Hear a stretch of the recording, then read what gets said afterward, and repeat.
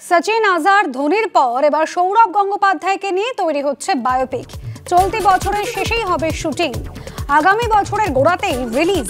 নিজেই জানাচ্ছেন সৌরভ গঙ্গোপাধ্যায় ভবিষ্যতে আত্মজীবনী লেখার পরিকল্পনা রয়েছে বলেও জানিয়েছেন ভারতের প্রাক্তন অধিনায়ক।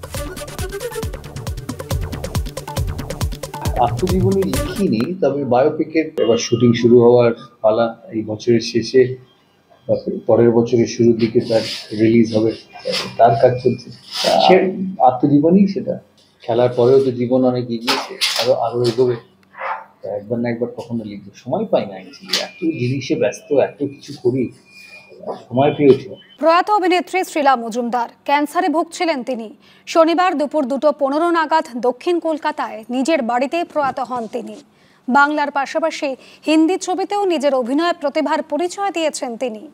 1979 সালে মৃণাল সেন পরিচালিত ছবি পরশুরামে অভিনয় করে চলচ্চিত্র জগতে পা রাখেন তিনি। তবে তার প্রথম মুক্তি পাওয়া ছবি একদিন প্রতিদিন। মৃণাল সেনের মোট 6টি ছবিতে অভিনয় করেছিলেন শ্রীলা মজুমদার। শ্যাম বেনেগালের ছবি মান্ডিতে শ্রীলা অভিনয় করেছিলেন ওম পুরীর সঙ্গে। ফুলমুরি চরিত্রে তাঁর অভিনয় দাগ কেটে গিয়েছিল দর্শকদের মনে। তারপর শ্যাম বেনেগালের আরও একটি ছবি আরোহণে আবার ওম পুরীর সঙ্গে অভিনয় করেন শ্রীলা মজুমদার।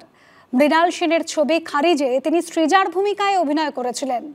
মৃণাল সেনের শতবার্ষিকীতে তাঁকে শ্রদ্ধা জানিয়ে তৈরি কৌশিক গঙ্গোপাধ্যায়ের ছবি পালানেও গুরুত্বপূর্ণ চরিত্রে দেখা গিয়েছে তাঁকে। তার প্রয়াণ বাংলা সিনেমার এক উজ্জ্বল নক্ষত্র পতন। উনি আমার ওয়াইফ। আমাদের 1990-তে বিয়ে হয়েছে। আমাদের একটাই ছেলে। ওনার শরীর খারাপ চলেছে 3 বছর 3 মাস। She fought with cancer. She fought a very grim battle with cancer.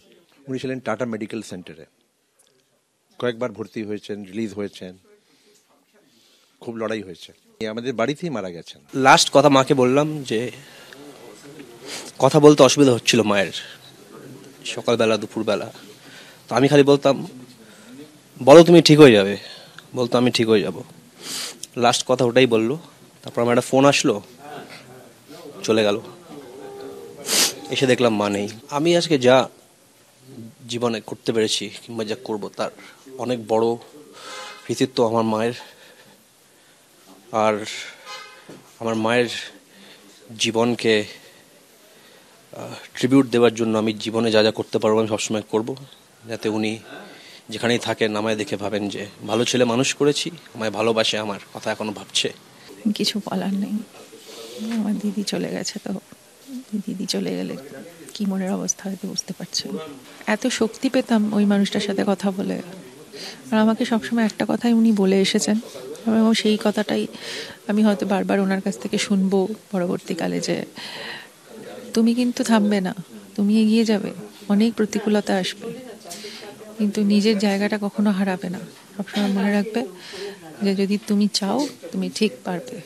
ওনার মতো বুদ্ধিতযশা একজন অভিনেত্রী, ইন্টারন্যাশনালি অ্যাক্লেমড একজন এত বড় মাপের অভিনেত্রী, এত বড় মাপের মানুষ, এত বড় মাপের বাচন শিল্পী, এত বড় মাপের অভিনেত্রী, অবড় মাপের অভিনেত্রী।